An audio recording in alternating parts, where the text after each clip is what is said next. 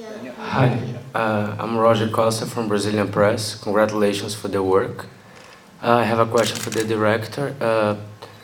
The use of the background voices in the early in the beginning of the movie, we can never listen to the main character, but we're always listening to other people's conversations. So I'd like to know what was your intention with that.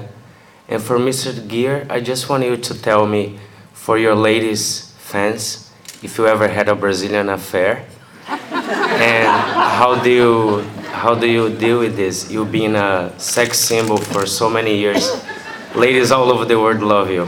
That is a fun question.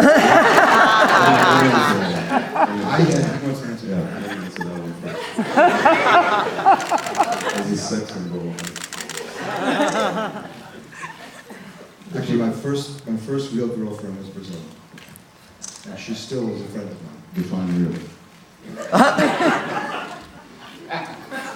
was a long time, like 6, 7 years, and I was a young man then. But that's my Brazilian experience. She lived in Bagé, in the south of Brazil, Rio Grande do Sul. And I have wonderful memories of her that I'm not going to share with anyone. Thank you. My first girlfriend I married.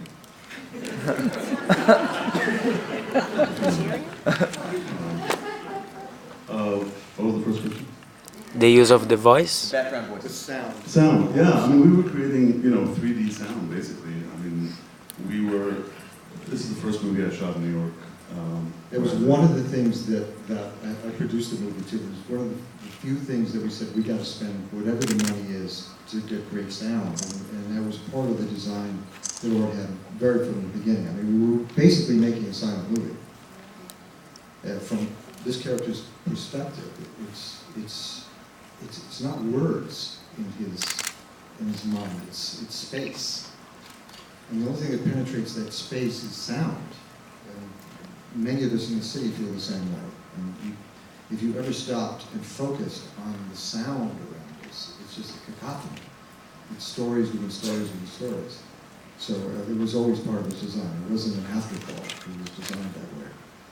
Yeah, I mean, this is, for me, this is the way I hear the city, and I think a lot of us do when you pay attention. It's really, we wanted to do everything that most people who shoot in New York take out of the movie. They want clean sounds so they can work with it and they can manipulate it and just add whatever they want. And we wanted it to be dirty. We wanted it to be the feeling of being in New York, and you're walking down the street and you have fragments of conversations, and you have dramas happening everywhere, and you have lives being lived everywhere. And that was part of the non-judgmental approach of this movie, which is everybody's fighting a great battle. I mean, like there's the player, be kind for everyone's fighting a great battle. I mean, we wanted it to be a movie that feels like New York, that has that particular kind of sound that is rich but actually kind of insane. Because if you do walk down the street, as I did after we finished shooting, I walked around with a bunch of other people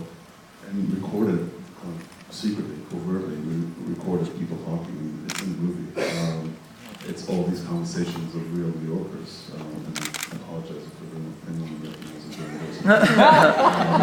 Thank you for your help. So we really kind of drew on what New York sounds like, and it's the sound of being busy. It's the sound of living your own life and not really recognizing other people who are in peril, other people who are living these great dramas around the corner. And I'm one of those people. I'm not trying to be, I'm not accusing anyone of living their life and not noticing that around the corner there's a long line of men trying to get into a shelter. There's a long line of, of women and children trying to get into a shelter. I didn't recognize it. I was living really close to Bellevue for a long time. I never saw that line until we actually went to Bellevue, and we actually ended up shooting in Bellevue, the old Bellevue. That's an intake center now for homeless men. And we just wanted that feeling. So you can notice whatever you want.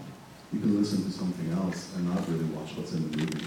There were a couple of times when we did friends and family screenings, and when I introduced the movie, I said, keep your cell phone on. If you get a call, take it. Just keep being engaged in your life and see how this movie fits into it. Because we're asking people to watch something that they don't stop next to a homeless person and start talking to them, you'll get a full story. Most of them really would want to talk to you. Obviously, there's different stages of mental illness and addiction problems and all that kind of stuff, but these are all stories happening around us, and we're really lucky to be focusing on one story and making it as real as we can within a fiction movie. So it was really about just creating a sound that feels in the place and feels as real, you know, as much as real can fit into a movie in this particular work. Thank you. Bye.